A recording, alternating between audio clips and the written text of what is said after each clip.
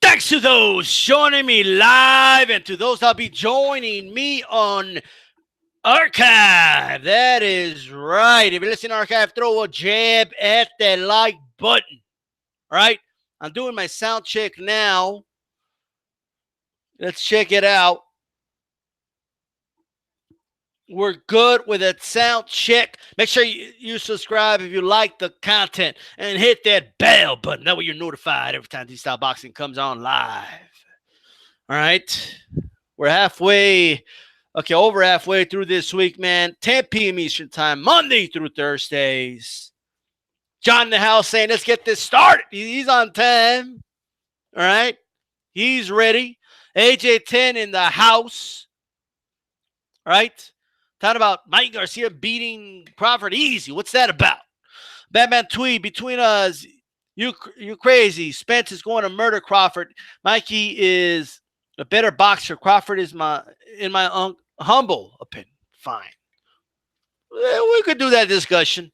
We could talk about that. I'll probably talk about that tomorrow. Make no mistake about that. But DJ Mexicano de Tejas says, what's up to D-Style today, ladies and gentlemen? This is Wednesday, June 26th, 2019. And you're listening to DStyleBoxing Live. This is CalCast Wednesday. We'll be having CalX Boxing here on a channel to talk some boxing. We are bringing back the infamous Belts Gone Wild segment. We might do this shit every week. Right? Belts Gone Wild. What better time to bring back Belts Gone Wild than today? You guys hear the news today?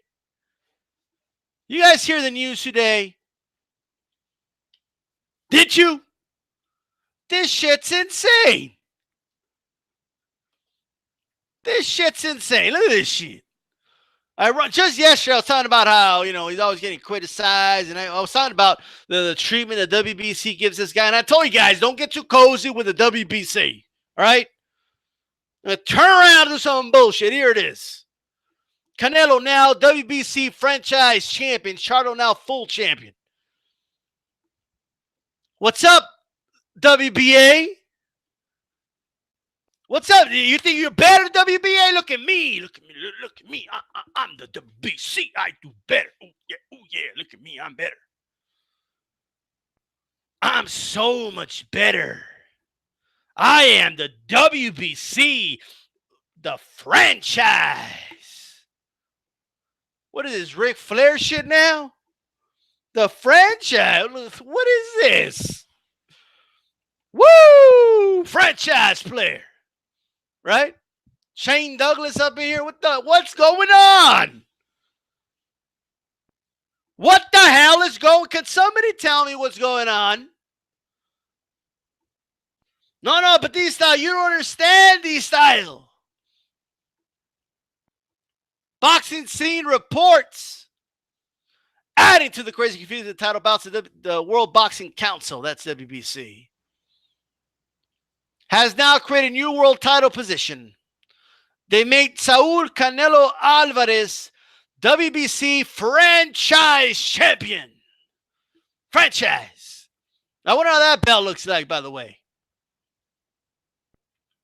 All right. Unbelievable. The sanctioning body released a statement during its recent mid-year meeting in Honolulu, Hawaii. Oh, that makes everything better, right? I mean, okay. I was saying this is a bunch of bullshit, but since you said it's in Hawaii, I guess it's okay. All right, fine. Man, these dudes getting so much money, man. The sanctioning body is based out of fucking Mexico. Okay, they're having these meetings in Hawaii, bro. All right? Oh, okay. So it's in Hawaii. It's okay, right? That's fine. Let's finish the quote. Okay, we'll get Calix on a little bit. He's going to let me know, but I want to get this out. During this recent mid-year meeting in Honolulu, Hawaii, USA, the WBC Board of Governors approved Rule 3.26 of the WBC rules and regulations, which creates the designation of WBC franchise champion. The franchise champion is a special designation and status that the WBC may bestow to a current WBC world champion who also is an elite boxer and who has achieved and maintains the highest of statures of the sport. Under Rule 3.26, in its discretion, the WBC may, upon two-thirds vote of the Board of Governors, designate each weight category one WBC franchise champion. The franchise champion shall enjoy special status with respect to his or her mandatory obligations, holding multiple titles and competing for titles of other organizations, as the WBC Board of Governors rules on a case-by-case basis. The WBC is bestowing that honor upon champion Alvarez due to his many accomplishments, which have positioned him as a major worldwide attraction in boxing. In the light of the unquestionable boxing career linked to our organization, Canelo has represented WBC for 11 years with outstanding results in his professional career. We go by case-by-case basis. We just make the shit up. They just make this whole shit up. All right? Okay, franchise. This is the stupidest shit I've heard since the Super Champion. All right? Franchise champion. Just now. We had Rule 2.0. Fuck you. Fuck you. Okay? Fuck Suleiman. Fuck the governing board. That's all a bunch of fucking horse shit. Okay? No, we voted on this, and more than 2/3. Shut up. Shut the fuck up, okay? You went to Hawaii, okay? You went to Honolulu, Hawaii, and you decided we're just going to make this dude a franchise champion. That way, we don't have to force him or justify him fighting mandatories. We don't have to have him fight Charlo. Get the fuck out of here. Oh, he can fight whoever he wants, whenever he wants, at our discretion. Oh, okay. What a bunch of fucking bullshit. This is bullshit. This is the biggest load of crap I've heard in a long time. And that's saying a lot. Oh, but it's Rule 4.5 and Rule 5.6. It says, shut up, bro. Enough of the nonsense. Let's get Calix on the line, man. Let's get this dude on the line. All right, we're going to call Calix right now. All right. Speaker on. Let me get all this shit ready here, so bear with me, guys.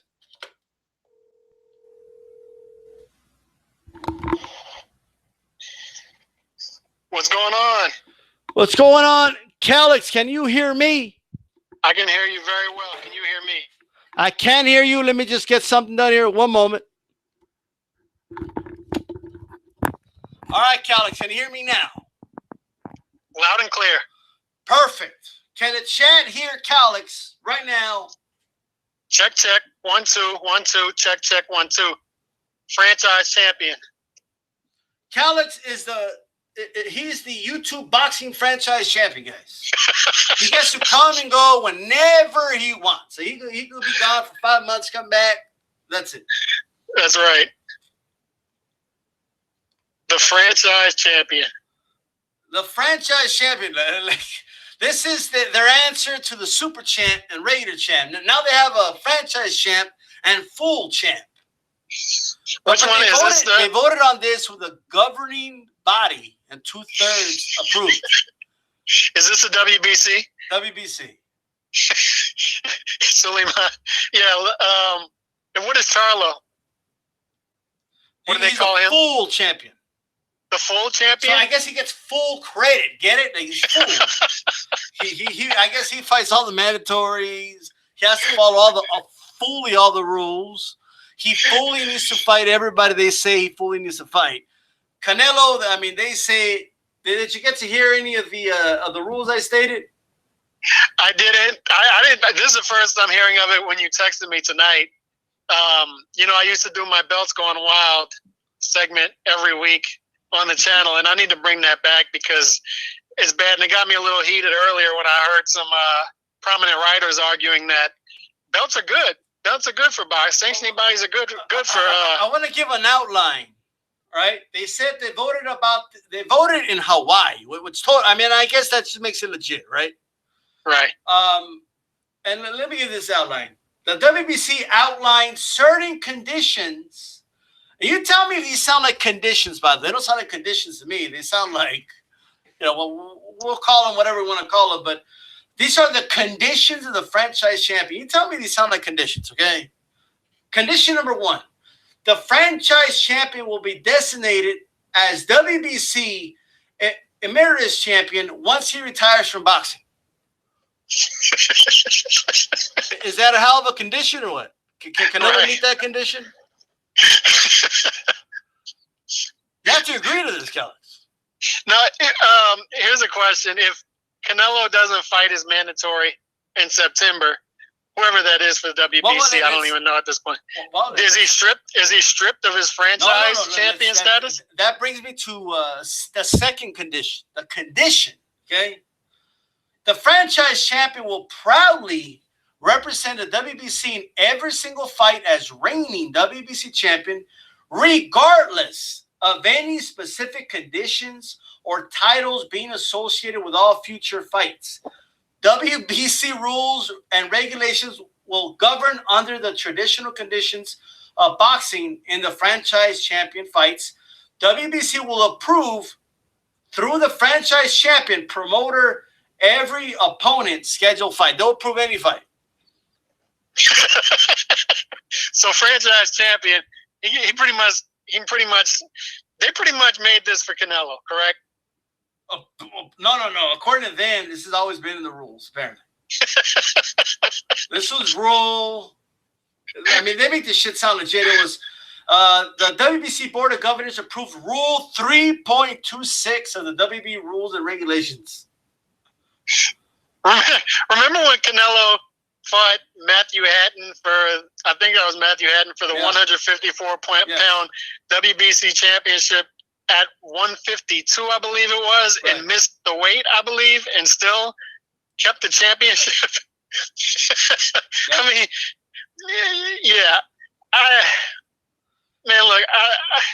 don't know what to say. It is what it is at this point. There's 3 other conditions. Maybe they'll convince you with the other 3. Okay. Condition number 3. Franchise champion agrees to participate in a minimum of 2 social responsibility events every year, organized in conjunction with the WBC. Okay, what's the next one? 4. The WBC may recognize a WBC champion in the division or divisions where the franchise champion currently competes. And what's the last one? 5. The WBC may award a diamond championship belt in those fights in which the franchise champion engages. If the franchise champion loses, the winner will receive a diamond belt and may be considered as mandatory contender of the division against the full champion. So Canelo could have the franchise belt, the diamond belt, and fight for the full belt as well if he tried to unify the WBC top 3 belts in a fight against Charlo. So Canelo could possibly hold 3 belts within one sanctioning organization. Let me just abridge this whole thing for everybody, okay? Canelo could do whatever the fuck he wants. That's what he's done. But it used to be you could unify belts with other sanctioning bodies, but now you can unify belts within a sanctioning body. So let's just imagine Canelo fights and they're, whoever is introducing him and they're like, Canelo Alvarez, the reigning and defending WBC franchise champion, diamond champion, full champion. And then whatever other belts he has for other sanctioning bodies, he could have 10 belts at one time. But if somebody beats Canelo, Calix, though, they'll win the diamond belt, and then they have to face the full champion to become champion. But do they get if they beat him, do they get the franchise champion? No, they don't become franchise champ. How do you become franchise champ? By rule 4.1 or where the fuck it is. And what's that? 2/3 of the governing body, WBC, has to vote you in. As franchise champion. Wow. Okay. So And I feel like this is a parody now, right? It sounds like a parody now, this whole thing. I wonder who has the franchise. Does anybody else in any other division have a franchise champion belt? Did they give one for every division? Or is it just middleweight right now? They say that they could do it at their discretion. Okay. Yeah. You know. So he's the one right now that has it, but they can do it for whoever. Like Ruiz, if Andy Ruiz beats, I don't even know at this point what heavyweight has what belt, but if he has a WBC belt. Wilder has a WBC belt. Okay, well, are they going to make him a franchise champion? I don't know. I don't know. They have to vote on that. There's something in the chat justifying this. Oh, you guys don't understand. They're trying to build up the Charlo fight. That's why they're doing this. Yeah, I mean, they could build up the Charlo fight without a franchise belt. I mean, how do we get to this point where, and we got to it a long time ago, and this is where the belts going wild thing originated, was when we started to get, this was back when we first started the podcasting, when they started to announce the silver belt and a diamond belt and whatever other belts they had 3 or 4 belts within a sanctioning body in the same division. So then it became super confusing at that point.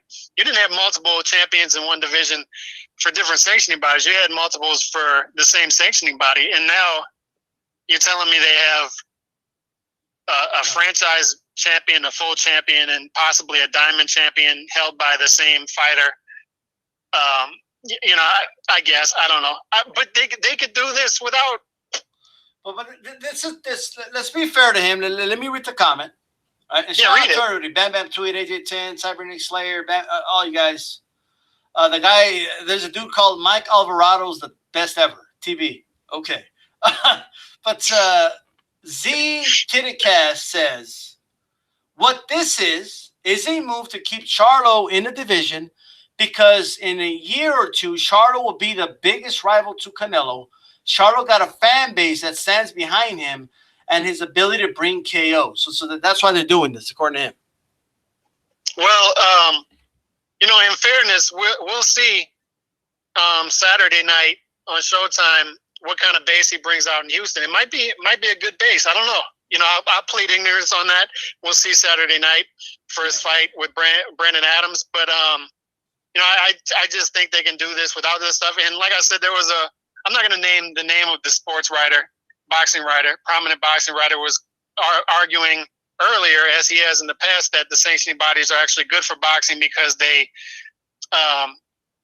give good fights to up-and-coming fighters who otherwise wouldn't have got the big fights. And I guess that's the Charlo argument, although I would argue that Charlo, if he keeps winning and keeps knocking people out, he would get that shot anyway. But, I mean, my argument against that is look at all the bad stuff they do. Like, I was watching a documentary on Pablo Escobar the other day, and somebody was arguing, oh, look at all the good stuff he did for poor people. Yeah, well, he also blew up a jetliner full of women and children and killed thousands of people. So, I mean, you got to look at the bad, too. I think the bad far outweighs the good in the sanctioning bodies. If you wouldn't give them an inch and they take a mile, it would be okay. If they just took their one belt and, they had 4 major organizations and they kept it simple, it would be fine. But it just gets way too confusing. I always made the argument, one of the many reasons boxing isn't what it used to be is even after a great fight comes complexity, comes confusion. And it's the same thing with these. I can count numerous times where I've been at fight parties with casual fans, and after the fight, they're like, "Well, who are they fighting next? Who's the champion?" And you can't explain it to them. Look at your friends in the eye and just say, "Look, the WBC Board of Governors approved Rule 3.26 and the WBC rules and regulations, all right, and they make this determination. Right. I'm just going to look it up and read it off to them and watch their head explode. Right. Or just watch them walk away, as my wife does when I try to explain something to her about sports, and she just walks off 5 seconds into the argument. It's got to be simple. You got to simplify stuff for people, especially in today's day and age. You got to simplify it for them. And boxing seems to be going the other way with it. And that's one of the things I was looking forward to with the PBC when they first started it. Is one of the things they were not going to mention or even bring belts into the ring. They weren't going to even mention sanctioning bodies. However, they got away from that pretty quickly. Yeah. They never got to that. I hope that eventually we can get there, but as of right now, I don't see any into this. Man, this dude is telling me that I need to read why the WBC did this. I literally just read their statement. I'll read it one more time, okay? One more time. Under Rule 3.26, in its discretion, the WBC may, upon 2/3 vote of the Board of Governors, designate each weight category one WBC franchise champion. A franchise champion shall enjoy special status with respect to his or her mandatory obligations, holding multiple titles and competing for titles of other organization, as the WBC Board of Governors rules on a case-by-case basis. Saul Alvarez, due to his many accomplishments, which have positioned him as a major worldwide attraction of boxing, and in light of unquestionable boxing career linked to our organization, Alvarez, he will go ahead and he has to apply these conditions. We went over the 5 so-called conditions, all right? I don't know what else I need to read. Maybe I'm missing something. Right, and let me say this too. This isn't us hating on Canelo, because if anybody's been following our channels, and I'll speak for myself, I'm very high on Canelo. I'm a fan. However, and I have no problem with Charlo. I'd like to see Charlo be successful. I'd like to see Charlo get the Canelo fight. I think Canelo would beat him pretty easy, but I'd like to see him get that fight. I'd like to see him continue to be successful. I'd like to see him build up a big fan base in Houston. And imagine a Canelo versus Charlo fight in Texas. It'd be great. However, I just don't see the point of this. And I don't think it needed this. It just didn't. It's just, to me, it's just common sense. It makes it more complex. And let's be honest, it just adds to the sanctioning fees. It does. Yes. The more belts, that's the name of the game. It's the money behind it. It's just more belts, more sanctioning fees. And at this point, Canelo, and that's what the argument I've always made about Mayweather, Pacquiao, it got to a point where I was like, why are these guys fighting for these belts? They don't need them anymore. It's not like, I understand if Floyd was going up to middleweight to fight a Sergio Martinez, and he wanted to fight for a belt to say he was a middleweight champion, right, to give him another championship in another weight class. But if you've been fighting at welterweight for years, you've been fighting for the same belts, you don't need the belt at that point. Nobody needs to fight you because you have a belt. You're Mayweather, you're Pacquiao. Right. So it gets to a certain point where Canelo doesn't need these belts anymore. He doesn't need a franchise championship. He doesn't need to be paying the WBC. Keep that money. Well, they're gonna, they're paying up. I mean, they're so into the sport, man. It's not even funny. Okay? Right. Cybernetic Slayer says, "What's up to Calix Boxing?" All right. Yo. Man, this is unbelievable. But this was Balls Gone Wild episode 50 or some shit. I don't know. 1027. No, but it's becoming a parody, dude. Like, remember, when they first started, before the super champion, we would make jokes they're gonna come up with these stupid super champions and this champion, that champion. Before you know it, and it's happening. Before our very eyes, it's happening. I think the full champion takes the cake. The terminology is really what gets me. It's like you're the full champion as compared to what? A partial champion? Who is the partial champion? Where do you get full champion from? He's full, You're a full champ. What does that mean? His full self, his hands, his feet, everything. is a champion. It's amazing. But I can't even now, I just can't believe this was released today. I want to transition to this right away. It's been announced that Vasyl Lomachenko will be taking his talents to the UK against Luke Campbell. What are your thoughts on that fight in the UK, Cal?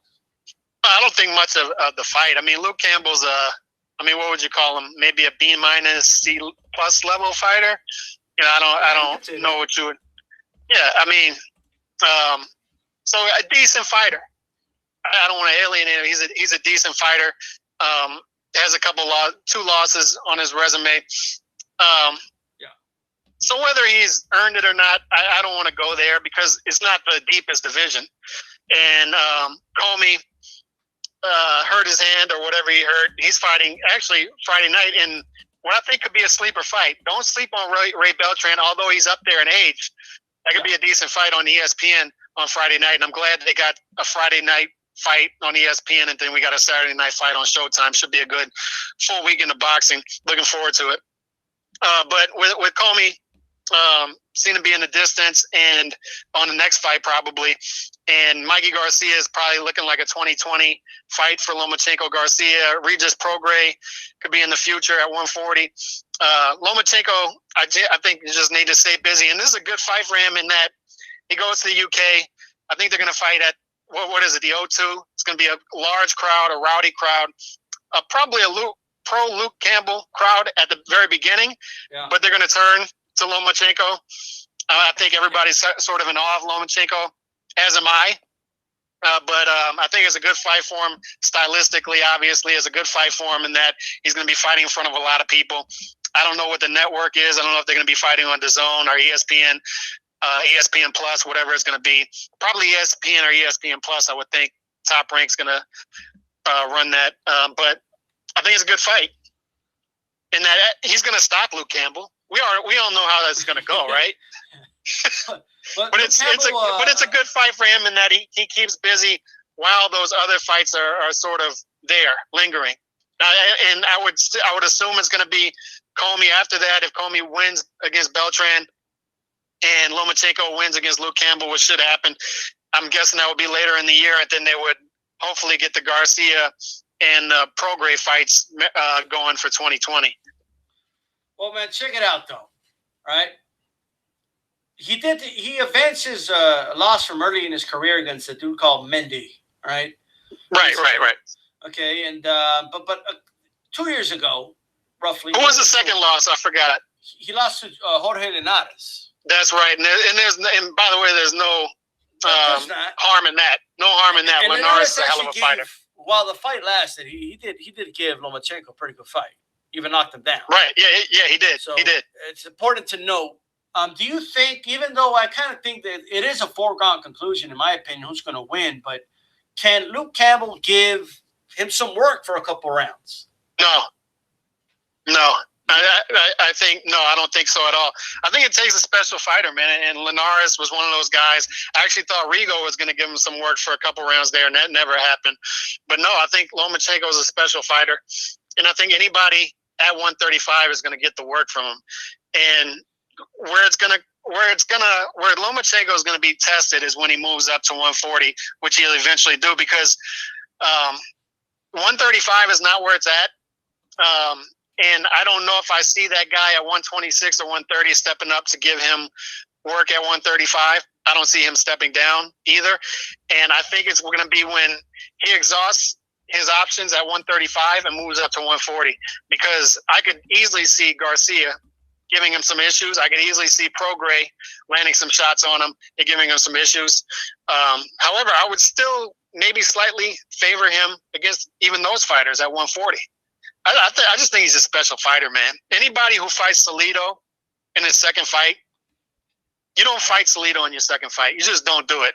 And that was a close fight, and you saw the learning curve as that fight went on for him. You saw him figuring out this isn't the amateur game, this is a pro game. And I think if he would have fought Salido in the third fight of his career, immediate rematch, he would have beat him. That's just my opinion. And to lose that fight and then come right back, and fight what's his name, Gary Russell Jr. in the very next fight and win that fight. So to fight Salido in the second fight, Gary Russell Jr. in the third fight, and you 13 fights into your career, I think it's 13 or 14 fights in, and you also have fights against Linares and Rigo. It's just amazing to me to see what he's done. He's good. He's good. You don't think he's great? You don't think he's great? Of course. But my thing. Here's my thing. I don't know if he would have beaten Salido right away. I think that style.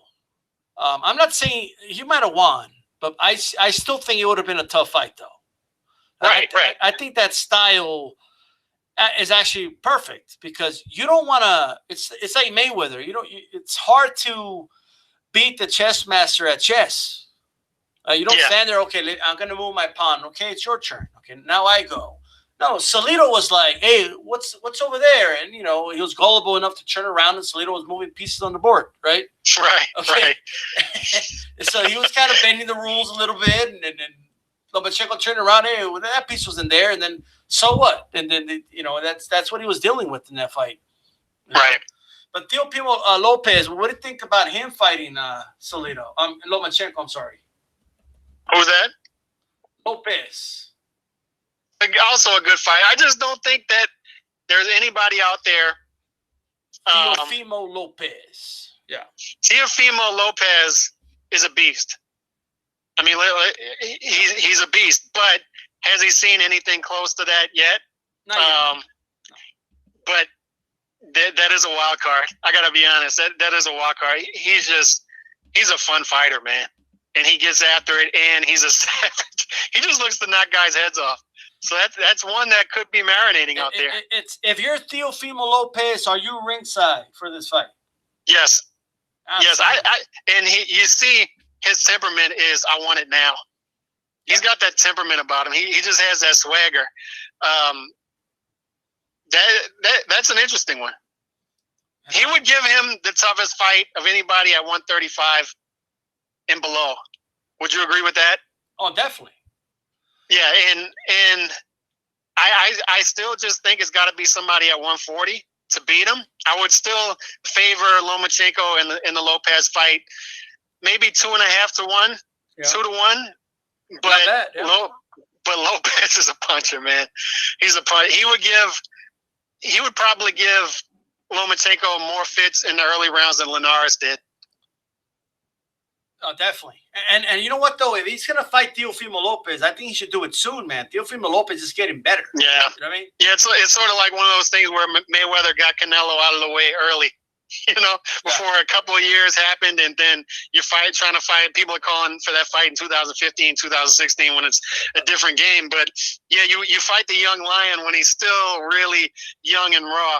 But my thing with Lopez and why I would favor Lomachenko is we've seen Lomachenko in danger. We've seen Lomachenko in the middle to late rounds. We have never seen Lopez. I mean, have you seen Lopez in the middle rounds yet? I mean, he's been knocking out in the mid rounds now. Yeah, he's been knocking out guys early and often and doing his little backflip or front flip, whatever it is. Yeah. But he's one of my favorite fighters coming up, hands down. Dude, people got to watch out for. I'll be doing a video about him later. I'm going to start doing videos on prospects coming up from Latin America, including Mexico, man. Joselito Velasquez is somebody to look out for. He's in the lower weight classes, 118.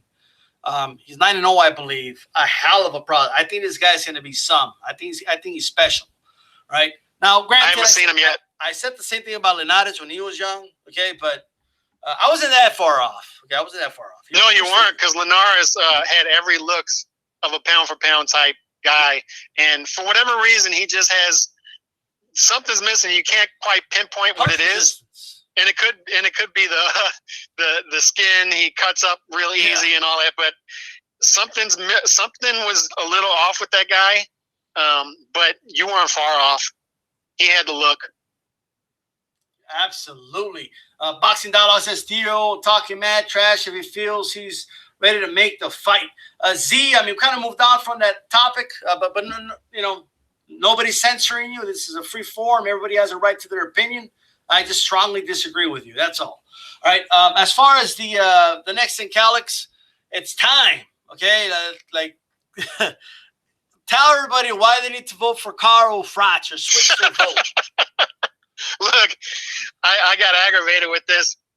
And shout out to Happolite. I think that's how you pronounce it. He told me when I put the poll up, he's like, "This is not going to end well for you." I put up, who is the better 168 pounder, Carl Froch or Joe Calzaghe? And I think I got 10 votes, and they were all against my boy Carl Froch for Joe Calzaghe. He was right. That didn't end well for me. Who they think would win the fight?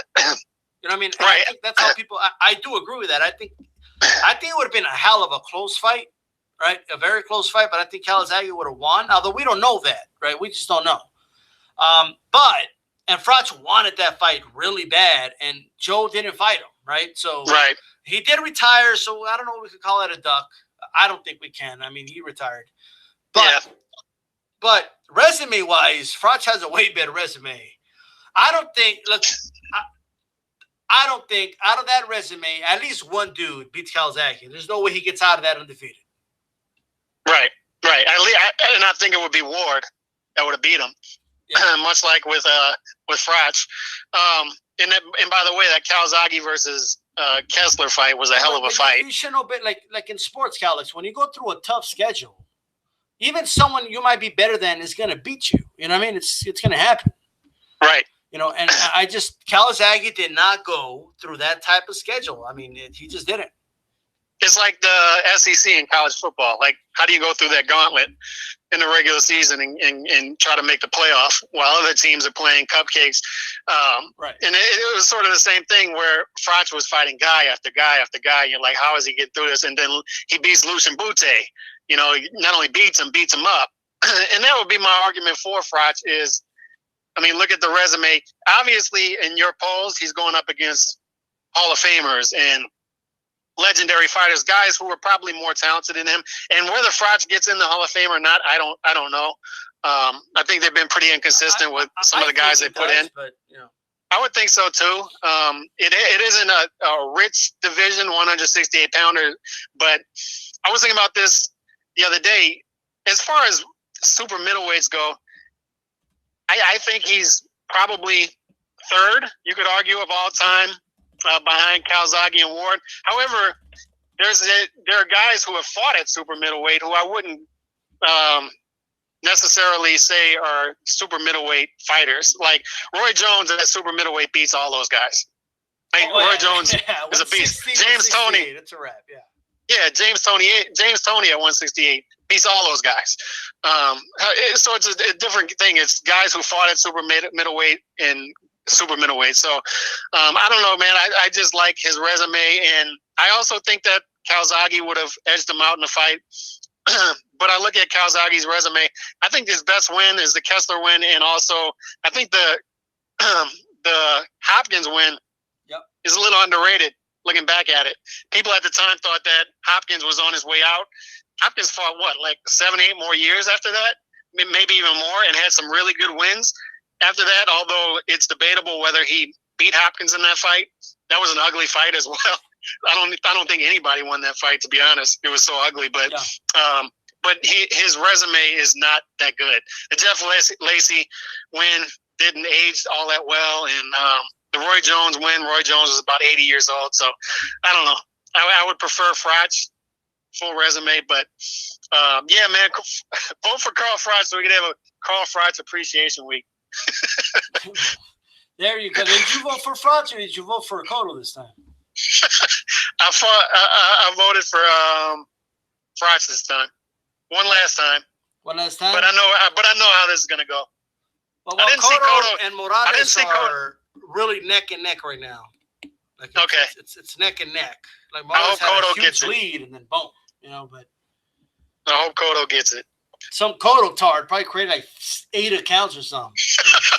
I wouldn't doubt it. Like, he got like, the lead out of nowhere. Like you just gave me an idea. I'm gonna do that tonight for Froch. But not honestly, Cotto's probably my second favorite fighter of all time. So I hope he gets it behind my boy Arturo Gatti. So I hope he gets an appreciation week one day.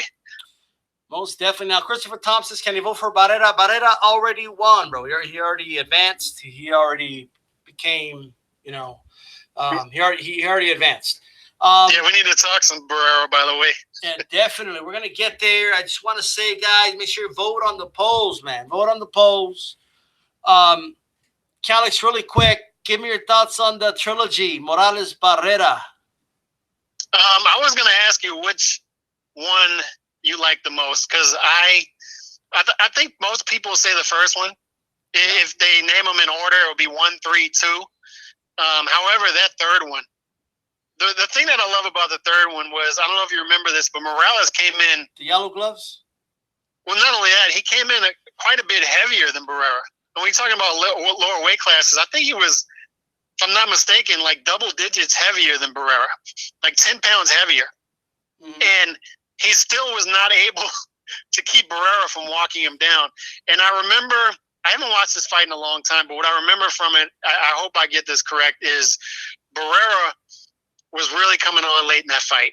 And then I think it was the 11th round was my favorite, I think one of my favorite rounds from that trilogy. It probably wasn't the best round, but if you put it in context, yeah, it was one of my favorite rounds where Barrera was coming on, and all of a sudden, it seemed like Morales was fading. All of a sudden, he ran out to the middle of the ring in that round. The referee was trying to hold him back, and he just went balls to the wall. And you see him let it all out, and he's really putting it on Barrera for most of that round, and then Barrera comes back towards the end of that round and starts letting some shots off on him. But it's just Barrera getting on the inside, working the body, and then Morales trying to keep him off, and it was just beautiful work. And the third one was my favorite of all of them.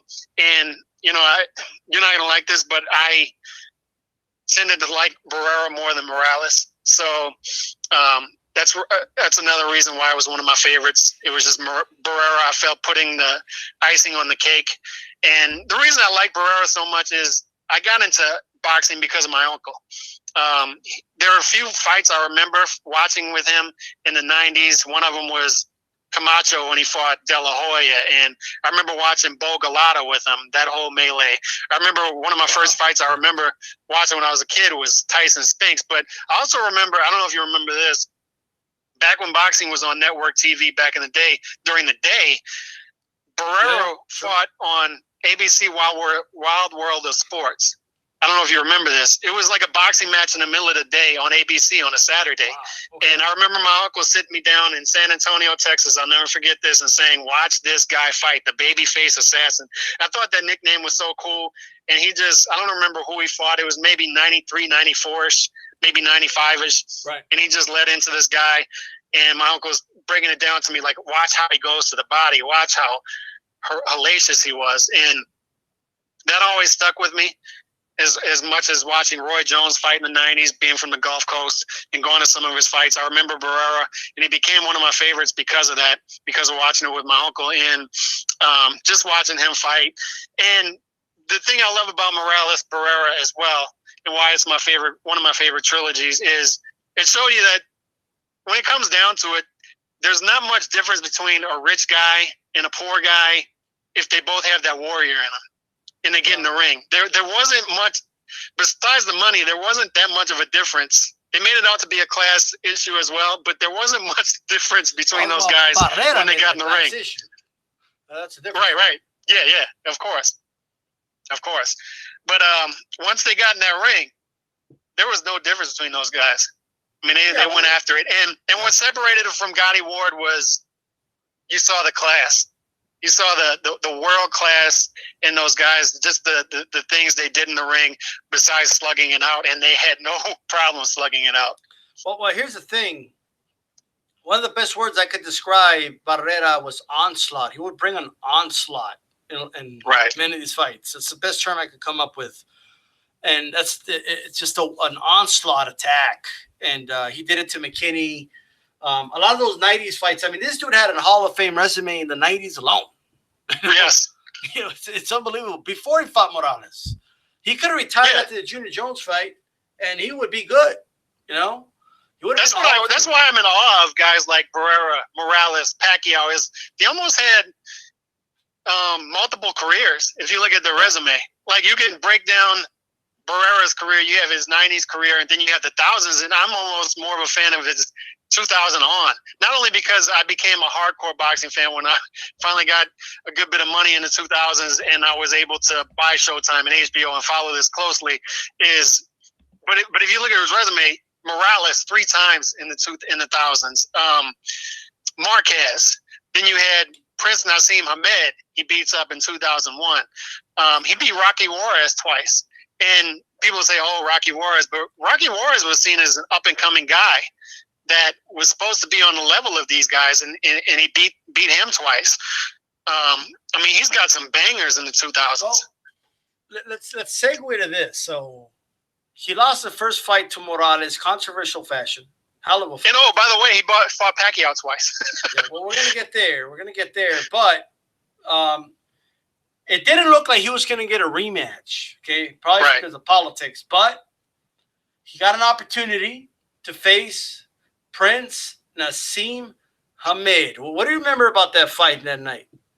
I remember, and I actually thought this was 99, but looking back at it, it was 01, and that's why on your poll I actually voted other in his favorite fight from the 90s, but so I got that wrong. But I just remember Nassim Hamed was seen as that guy, like he was one of the funniest, greatest promoting boxers of that time. Like, I remember as many great fighters as there were, people were always talking Prince Nassim, and the flip over the ring, and he was just knocking guys out. The Kevin Kelly fight back in '97, I believe it was one of my favorite fighters. One of my favorite fights. However, when you looked at Prince Nassim's resume, you saw there was somebody missing. So finally, he gets in there with Barrera.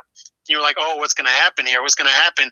And from what I remember is Hamed was the favorite. I don't know if I'm right about that. Yeah, he was. You can correct me, but I remember Hamed the favorite. Was undefeated, bro. 35-0, monster punch for the division. Absolutely.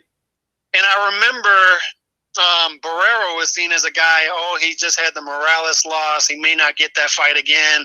And so people were sort of looking at him as sort of this guy that he's going to go on a losing streak here. However, he comes in there and beats that. What I remember, first of all, is he makes them wait for like an hour, Hamed. And he's going flying into the ring on that flying carpet, and one of the Mexican fans throws a beer at him. I don't know if you remember that. Yeah. That's hilarious. And then he acts like he's going to flip over the ring, and he doesn't. And then Barrera just comes out and just beats the hell out of this guy. And it kind of reminds me of Maidana versus Broner was sort of a poor man's version of this, where Broner was seen as this great up-and-coming champion like Hamed was, in this brash guy, and then Maidana just comes out there and bullies him and beats him up. And it was a great night for boxing, and that's what I remember about this. Is I was so happy watching this because I was a fan of Hamed as he was coming up, and then the stick to me got old, and it was like, okay, when's this guy going to step in there with a guy with a pulse? When's he going to get in there with a real champion? And Barrera just beat him up. And it was never like, there was never a question about it. You saw it right away. Yes. Now, before he beat Hamed, he did beat Jesus Salud, a Hawaiian punch. Somebody pointed that out in the chat, which is also a good win. Man, the Hamed win, dude, I'll never forget George Foreman getting pissed off at Jim Lamb. Right? Because he kept talking about Allah. Where's Allah now, huh? Is basically what he was saying. And George said, man, I don't know what the fuck you're talking about. Well, Foreman was a Hamed fan. He really was. But I just got so much satisfaction out of it. And he snatched Hamed's soul that night. I mean, Hamed fought one more time. And you saw it in that fight that he fought, his last fight. He didn't want to be there. And Hamed just embarrassed him, and he was never the same after that. Never the same. Well, he quit. He's like, peace out with this shit. Yeah, he quit. Yeah, he basically quit the sport, pretty much. I mean, it was amazing how he was just gone out of nowhere, you know? He never ended up, and I don't know how it would have gone for him. If he would have fought, the fight he should have had was Marquez. And if he would have fought him, I don't think it would have ended good for him either. No, it wouldn't have. It wouldn't have ended good any way. Like, with Marquez, with Morales, it wouldn't have ended good for him at all. Any kind of way. Now, you mentioned earlier about, class warfare, whatever, but which reminded me of this and that second fight with Morales and Barrera, which ended up happening, shortly after this fight. It's in the middle of the fight. I forget what round it was, but Jim Lampley just had to point out how this fight is not as violent as the first fight, right? And George Foreman said, well, that's when they were fools. Now they're millionaires. Like, I'll never forget that line. You talking about the second fight? Yeah. Yeah, and the second fight was more technical, and I enjoyed the hell out of that one, too. So it's almost like you're comparing the second to the first and the third. The second alone, if you'd have watched, if the second would have been the first fight, you'd have been saying, oh, that's a great fight. I want to see a rematch. I mean, let's be honest about that. Just the technical boxing that you saw in those fights, even the second one was amazing. And they still brawled it out in pockets and stuff. What's that? They still brawled it out like here and there, Yeah, they did. They did, and that's why I don't remember that comment, but I don't understand that because one of these guys had been millionaires before that, right? Well, this was their biggest payday, by far. So, okay. This is a fight that they put it on pay-per-view, which in those times, before Naseem Hamed came around, there really wasn't pay-per-view for featherweights. You know what I mean? Right. It was not a thing. And now, Barrera coming off that win, and then it was a big anticipated rematch. They put it on pay-per-view. These guys got paid. Right. And that's one of the great things that Hamed did for the lower weight classes, although I would argue that even without Hamed, Barrera versus Morales would have stood alone, but he did bring a lot of attention to the lower weight classes, which was a good thing. But just these guys, whether they fought for 50,000, 5 million, to me it would have been the same thing. They just have that warrior in them to where once they get hit, once they see blood, they just go with their instincts. Regardless, you know what I mean? Exactly. It was personal no matter what. After that second Morales fight, this run is amazing. He fought Johnny Tapia, right? You got to win there. He fought Kevin Kelly, got to win there. He ran into older Kevin Kelly, but yeah. Right? He was a favorite in that Pacquiao fight. This was supposed to just be another routine fight. Right. And he got his ass whooped. There's no other way to put it. Yes. Yes, he did. But he fought him. Jumped in, stopped the fight. And that loss as history, throughout the years, it became a better and better loss as Pacquiao kept fighting, right? Oh, definitely. At first, he must have been devastated. Like, I can't believe I lost to this guy, at first. Right. But now he's like, man, this is unbelievable. It's couldn't say about that, but he came back. He beat Paulie Ayala. Good win, really good win. He beat Eric Morales in the third fight. Yes. Controversially, in my opinion, but fine, he won. In the second fight as well, he beat him. He beat Fana after that. Decent. I remember that fight because he was in El Paso, but it wasn't that good of an opponent. But okay, then he ran into a couple fights later. Want to skip the non-consequential fight. He fought Rocky Juarez. People forget how good Rocky Juarez. He was a pretty good fighter. Yes, he was. And he stopped him. I don't know if Rocky Juarez ever became a title holder. I don't think he did. He always fell short. He was one of those guys too that had a look about him coming up, like a Juan Diaz. Yeah. Had a look about him coming up, and he just always. And I think both of those guys are from Houston, by the way. But both of them fell short, just short of that. Well, not. I think Diaz got a title, but I don't think Rocky Juarez ever got a legit title. So some people felt Rocky Juarez won that fight, the first one. But I think Barrera came back and won decisively the second time around. Right. And then there was a Marquez fight where Marquez said, I win every round. Every round I win. Like, I don't know if he won every round. He needs to chill, okay? But I think he won. Yeah. You think he won every round, Calix? No, and I don't remember. One of the judges gave him every round. Yeah, I don't remember much of that fight, but I do remember as the fight's going on and being like, man, I wish Barrera would step it up. Man, I wish he would step it up. So I think Marquez clearly won that fight. I don't remember being at 120 to 108. Yeah. I don't remember being that, but I do want to also say, Got 5 minutes left. Remember, guys, 10 p.m. Eastern time every day. Shout out to the chat. Look, after that, he rematched Pacquiao. It was he put up a better effort this time than the first time. It went decision. I still remember his corner telling him, "You need to knock out, or they're going to rob you." That's what they told him in the 12th round. But one thing I want to tell you, man, his corner, bro. I remember in the McKinney fight in the 90s, there was a round where he threw almost 120 punches. Okay, 120 in a mid-round. He goes back to his corner, and they're like, "You got to throw more punches. Come on, you got to throw more. What are you doing?" God damn.